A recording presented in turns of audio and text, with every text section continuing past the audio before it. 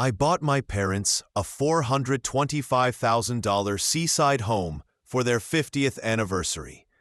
But when I arrived to surprise them, my mom was in tears, and my dad looked shaken. My sister's family had moved in. Her husband stood in front of my father, pointed to the door, and shouted, "This is my house. Get out." My sister laughed until I walked in, and silence filled the room. My name is Thomas. I'm 37, the oldest child, the one everyone turns to when things fall apart. I'm a neurosurgeon. My life fits into a locker at the hospital and a suitcase at home.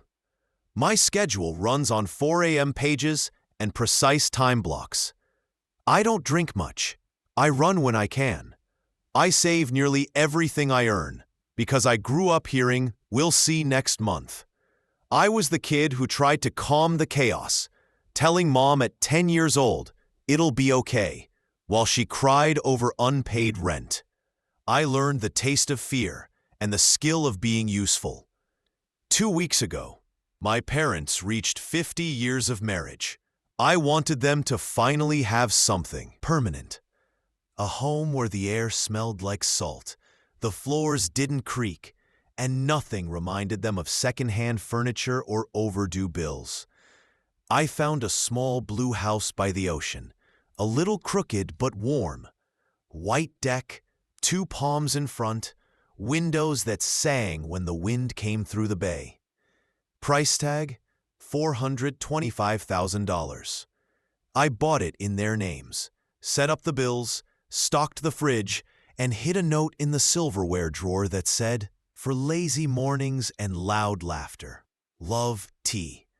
I didn't tell anyone else, not even my sister. On the big day, I drove down with a cake and sparkling cider. The sky was clear, the ocean calm. I felt genuinely happy. But when I pulled into the driveway, another SUV was already parked there. The front door was open. The screen door banged in the wind. Inside, Mom stood in the kitchen, clutching a dish towel like a flag of surrender. Her eyes were red. Dad sat hunched in a chair, his hands shaking, surrounded by boxes. Permanent. A home where the air smelled like salt, the floors didn't creak, and nothing reminded them of secondhand furniture or overdue bills. I found a small blue house by the ocean, a little crooked but warm. White deck, 2 palms in front, windows that sang when the wind came through the bay. Price tag, $425,000. I bought it in their names, set up the bills, stocked the fridge, and hid a note in the silverware drawer that said, "For lazy mornings and loud laughter. Love, T." I didn't tell anyone else, not even my sister. On the big day, I drove down with a cake and sparkling cider. The sky was clear, the ocean calm. I felt genuinely happy. But when I pulled into the driveway, another SUV was already parked there. The front door was open. The screen door banged in the wind. Inside, Mom stood in the kitchen, clutching a dish towel like a flag of surrender. Her eyes were red. Dad sat hunched in a chair, his hands shaking, surrounded by boxes. From the hallway came loud voices and a cartoon blaring on the TV. I hadn't even set up yet. Then came Kyle, my brother-in-law, barefoot, holding a beer, wearing a football jersey. He planted himself in front of Dad, jabbed his finger at the door, and yelled, "This is my house! Get out!" On the couch, my sister Julia laughed. "Relax, Dad," she said. "We're just settling in." The plastic cake lid dug into my hand. I went silent. Before explaining what happened next, I should give some context. Julia's 2 years younger. Growing up, she was the artist, then the free spirit, and later, just going through a tough phase. My parents always defended her. "You know your sister. Not everyone's like you, Thomas." I covered for her constantly. First, it was paying for textbooks, then tuition, then the deposit for her apartment, until Kyle's startup takes off. When the startup didn't, I kept paying. I covered braces for her kid when their insurance didn't, bought a used minivan after the bank said no, co-signed a lease after they were evicted. My Venmo history reads like a diary. Julia, electric bill. Kyle, job interview suit. Mia, school trip. Rent, again. Each payment felt like control, like I was fixing the cracks. I was wrong. My parents helped too, in smaller, quieter ways. Mom would fill Julia's car with groceries and call it cleaning out the pantry. Dad lent Kyle his tools, which usually came back broken. They always said the same thing. You know how your sister is. When I found the Seaside house, I planned everything carefully. I put the deed in a trust with my parents as lifetime beneficiaries, prepaid the HOA, even covered the next 20 years of taxes. I changed the locks myself. For once, I felt like I could give them peace. I told Mom and Dad about the surprise a week before the anniversary, so they could cry in private. We drove down together. Dad touched the wooden banister like it was something precious. Mom opened each cabinet and smiled. We sat on the deck listening to seagulls. I told them, "It's yours." Dad's voice cracked. Mom said it smelled like lemon and open windows. I stayed one night to test the plumbing. Everything worked. The next morning, I went back to the city for a surgery. A little boy with a tumor the size of a plum. Then everything unraveled. Julia called Mom on day 2. "Are you at the beach? Whose house?" Mom, not wanting conflict, said, "We're visiting a friend." But by dinner, Julia had found the address from a photo Dad posted. View from our porch. She showed up with Kyle, their kids, and their dog. Mom later told me they just wanted to see it, then said they'd stay for the weekend. I said, "It's not a renta." She whispered, "We'll talk when you come down." By Saturday, Dad texted that Julia kept calling it the family home. Then silence. Then the selfie Julia posted, her in the kitchen, with the caption, "Home sweet home." Hashtag manifesting. Kyle commented, "Finally, a place where the kids can be kids." I finished surgery, texted Dad, "Don't sign anything. Don't agree to anything. Love you." Then I drove straight there. When I arrived, the door was open again. Kyle's voice was raised. "You two are old. Stairs are risky. This is a family home. We'll manage it." Mom tried to explain. "Thomas gifted it to us." But Kyle interrupted. "He gave it to you. You're getting it to us. Same thing." Julia smirked. "Don't be dramatic, Mom. We'll handle the bookings." Kyle gestured toward the ocean view. "Prime spot. I listed it this morning. Easy income. You can stay downstairs, off-season." Dad's hands trembled. This was the man who once worked 3 jobs and still came to my orchestra concerts. In a greasy uniform, now being told to move aside in his own home. I was raised to be useful, not loud. But Dad's last message, "Can you come?" echoed in my head. I set the cake on the counter. It looked ridiculous, surrounded by takeout bags and clutter. My voice stayed calm. "Who told you this is your house?" Kyle rolled his eyes. "Family money, family house. Don't be weird." Julia chimed in. "We're not asking, Tommy. We're just updating you." Mom's face crumpled. "Thomas, please explain." Kyle pointed at Dad again. "He can explain from the porch." Julia laughed. "Babe, stop. Dad knows we love him." Dad's jaw tightened, silent. Something in me clicked into place. "Everyone," I said. "Into the living room." I wasn't loud, just precise. The kind of calm that cuts through noise. The kids paused their show, and even the dog stopped tearing the pillow apart. Kyle smirked, but followed, the kind of man who assumes every room belongs to him. I stood near the fireplace, beneath a photo of my parents cutting a supermarket cake 40 years ago. My pulse thudded in my thumbs. I opened my bag, pulled out a folder, and placed 5 documents on the coffee table. "This," I said. Tapping the first page, is the deed. Recorded last week. The property is owned by the S&R Life Trust, lifetime beneficiaries, Sam and Ruth, my parents, with exclusive rights to live here. Kyle frowned, squinting like the words were in another language. "In English," I said evenly. "Anyone who interferes." Julia's tone softened, syrupy. "Thomas, you can't be serious. We're only helping." I slid the third document forward, a screenshot of the Airbnb listing they'd posted. "Your ad," I said. "Full house rental, no owner on site. Booked every weekend through August. Payments linked to your bank account ending in the same digits as yours, Kyle." I blurred them out, for the kids. Kyle shifted in place. "So what? Your parents could use the money." I placed the fourth document, a printed group chat Julia didn't know Dad had forwarded. Her messages were highlighted. "We'll get him on board. He always caves if Mom cries. I'll guilt him about med school loans. So excited to finally have a beach base." Julia reached for it. I covered it with my hand.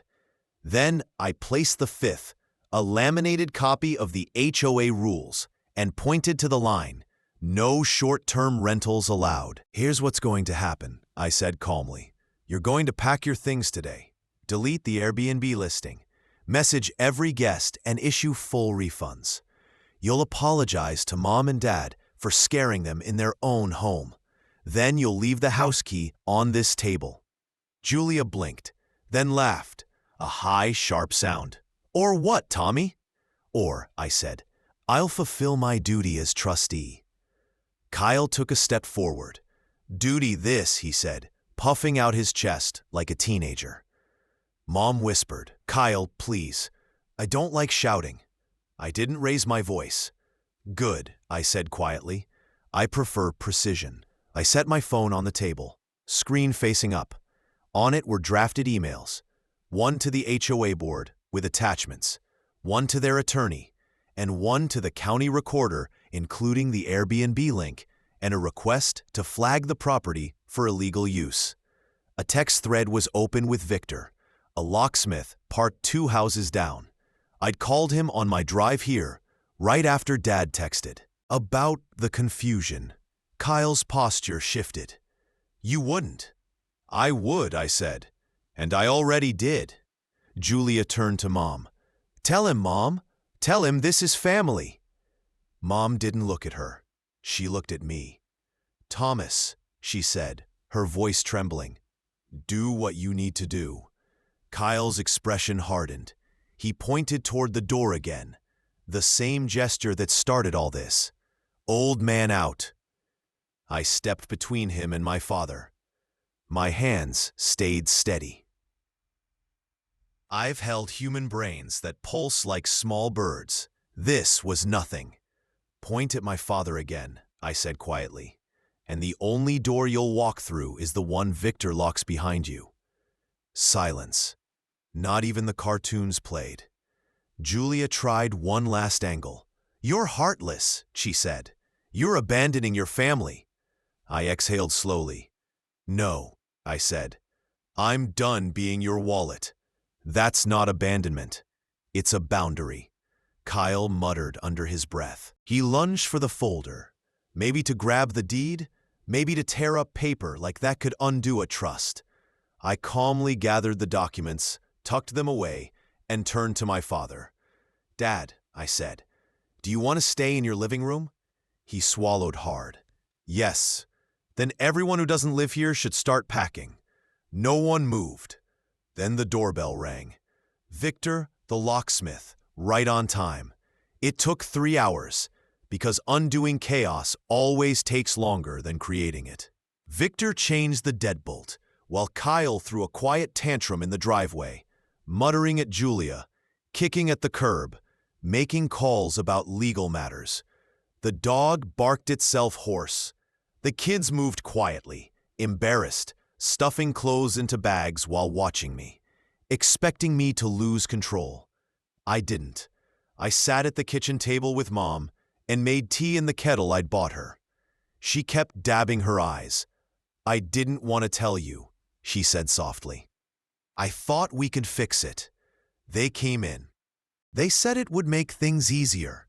No stairs for your father, less to clean. They said they'd handle the hard parts. "The hard parts," I said, "are what make something ours." She nodded, a small, guilty nod I recognized from every time she'd apologized for something that wasn't her fault. Dad stared out toward the water.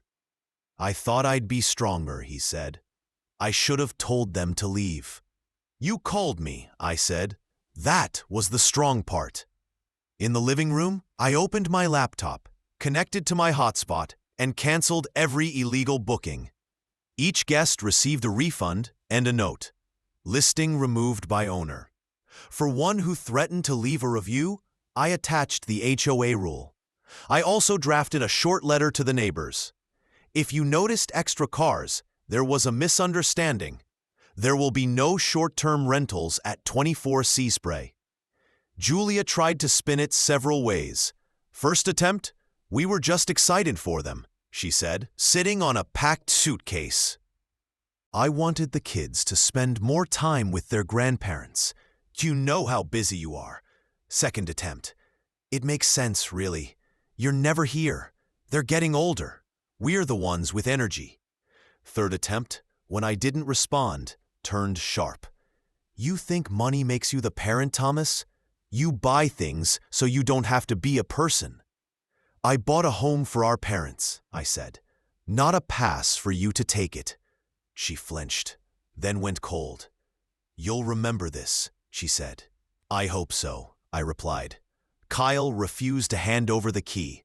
"Come and take it," he said, smirking, until Victor installed the keypad lock 10 minutes later. I reached past him, pressed 0, and reprogrammed it to a code Dad chose. Kyle's expression fell as his leverage dissolved in the sea air. "You think your papers make you clever," he said. "I know the county clerk," I said evenly. "And your guy is about to tell you that a trust outlasts a tantrum." He studied my face, trying to decide if I was bluffing. I wasn't. When they finally loaded their boxes into the SUV, Julia paused at the porch. "You could have just talked to me," she said. "I've been talking to you for 10 years, I said. Her mouth tightened. "You'll regret this when they need help and you're not around." I looked at Mom pouring tea, at Dad's steady hands on the armrest. "I am around," I said. "For them." They drove away. The dog barked at the window as if protesting property law. After they left, the air changed. It was the same breeze, but it felt lighter. I could hear the ocean again, my parents breathing.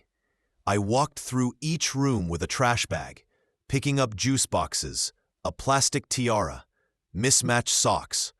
In the guest room drawer, I found a printed business plan. Kyle had projected profits 5 times higher than the HOA fine. In the margin, Julia had written, "Tom won't say no if Mom cries." I put it down carefully.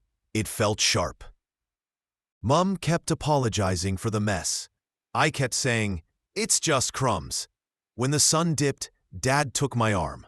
"Son," he said, "I don't know how to say this without sounding like I failed you both." "You didn't fail us," I said. "You gave us everything you had. You just gave too much to her for too long. We all did." He nodded. The truth, finally spoken, felt like relief. That evening, I made a simple dinner. We ate on the deck. Mom told a story about her first apartment, the one with the mouse she named Bernard because he only came out on Sundays. Dad laughed, A laugh I hadn't heard in years. My phone buzzed with messages. From Julia, "You made Mom cry." From Kyle, "Cease and desist, Dr. Boy." From an unknown number, "We're coming next weekend." Already invited people. I set the phone face down and finished my salad. That night, I installed an alarm system and a porch camera with a friendly chime my parents would like. I stored the access codes in a folder labeled "Ha." Dad could read them easily. I left copies of the trust, deed, and HOA rules in another folder marked "Boring Armor." As I left, Mom stood in the doorway. "I'm sorry it came to this," she said. "I'm not," I said. "It had to." The following week was unstable, like a table missing a leg. Julia started posting online, claiming I'd stolen a house from her children. Screenshots arrived from relatives I barely spoke to. Her Instagram stories read, "When money makes you cruel." Another showed my car in the driveway. Some people think they can buy love. I didn't respond. I built a wall of silence instead. I called our aunt, the one who still tells the truth, and explained clearly that the house belongs to my parents for life. I asked her not to spread the story, just to understand it. She said, "Finally, Thomas," and that was that. Then I wrote Julia and Kyle one short, polite, firm email. "All communication about the house goes through me. You do not have permission to enter the property. Any violation will result in HOA or legal action. I CC'd myself and no one else, then set it as an auto-response to any future messages from them. I promised myself not to negotiate a story that never changes." 2 days later, a new notification appeared, another booking request. Kyle had reposted the house under a new account with photos of the back deck. I forwarded it to the rental platform with the deed and trust attached. Within 10 minutes, the listing was removed and the user banned. I didn't feel victorious, just tired, like a janitor cleaning up after a game. A few days later, Dad called. "The house smells like toast and salt," he said. I slept through the night for the first time in months. Mom sent a photo of her feet on the deck rail, toenails bright pink, like when I was 5, and thought she was movie star beautiful. They looked peaceful. Julia didn't S. She sent me a payment request for emotional damages. She mailed my parents a letter beginning with, "As your primary caregiver," a role she never had. Kyle posted a meme implying I stole money through surgery. Their noise didn't change the quiet of that little blue house. One night, Julia called from a blocked number. I answered, out of softness, maybe hope. She paused, then whispered, "Tommy, listen, we're behind. Kyle lost his contract. We might lose the apartment." I closed my eyes. "Julia," I said, "I won't discuss the house." "So money matters more than family?" she snapped. "Boundaries," I said, "are how I stay family and not your bank." She hung up. I let the silence rest, painful but healing. 2 weekends later, I drove down early, coffee in a thermos, stethoscope still around my neck from habit. The sea was calm, silver. I fixed a door hinge, labeled the breakers because Dad loves labels, and placed tennis balls on the garage shelf so he could park safely. Mom made pancakes, burned the first batch, laughed. We talked about groceries, their neighbor Jan, and the stubborn pelican on the dock. For an hour, no one said Julia's name. It felt clean. After breakfast, Mom touched my hand. "I'm going to talk to your sister," she said. "Not to argue, to say no." "I'm not asking you to choose," I said. "I just want peace." "It's not choosing," she said softly. "It's stopping the pretending." Dad nodded. "I taught you to work," he said. "I didn't teach you to stop." "You taught me to love," I said. "I'm just learning how to do it without losing myself." He smiled, and it was enough. I walked the property, tightened the gate, adjusted the camera, and placed a small sign on the entry table. Welcome home, Sam and Ruth. It was corny and perfect. Later, standing on the deck, I thought about the version of this story my sister would tell. I gifted my parents a house and destroyed my family. But that's not the truth. The truth is, I stopped funding the chaos. I gave a gift and protected it from being turned into a weapon. I used to believe that giving money kept peace. It didn't. It only kept the noise quiet while resentment grew underneath. Boundaries are louder at first. Then comes a quiet no one can fake. Over time, Julia's posts faded. Kyle found a new project to shout about. My parents started saying small no's that meant big yeses, to naps, to sandwiches, to peace. A month later, my niece, 16, messaged me. The house is pretty. Grandma looks happy. I wrote back, come visit, with Grandma's permission. No bookings, just pancakes. She sent a laughing emoji. Okay, a truce with someone who hadn't broken anything. Last night, after a long surgery, I drove by the house. Through the window, I saw my father reading. Glasses slippin'. I thought about the version of this story my sister would tell. I gifted my parents a house and destroyed my family. But that's not the truth. The truth is, I stopped funding the chaos. I gave a gift and protected it from being turned into a weapon. I used to believe that giving money kept peace. It didn't. It only kept the noise quiet while resentment grew underneath. Boundaries are louder at first. Then comes a quiet no one can fake. Over time, Julia's posts faded. Kyle found a new project to shout about. My parents started saying small no's that meant big yeses, to naps, to sandwiches, to peace. A month later, my niece, 16, messaged me. The house is pretty. Grandma looks happy. I wrote back, come visit, with Grandma's permission. No bookings, just pancakes. She sent a laughing emoji. Okay, a truce with someone who hadn't broken anything. Last night, after a long surgery, I drove by the house. Through the window, I saw my father reading. Glasses slippin', nose. Mom was doing a puzzle under a blanket. The ocean hummed beneath everything. I didn't go in. I just stood outside, understanding what it all meant. Here's what I know now. Love isn't protecting bad behavior. It's not excusing chaos because it's family. Love is a house with light and locks that hold. Love is paperwork that lasts when people don't. Love is telling your parents to rest and telling everyone else, I'm not their bank. I'm not their scapegoat. I'm not their emergency exit. I'm their son, a man whose job demands precision and who finally learned it belongs at home too. If my sister ever wants to stand on this deck again, she can, empty-handed, with an apology, not a business plan. Until then, the house stands. The locks hold. The wind sings through the windows. Inside, my parents breathe easy.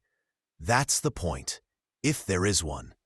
A gift should never cost you yourself, and a boundary isn't cruelty. It's how love keeps its porch light on without burning down the neighborhood.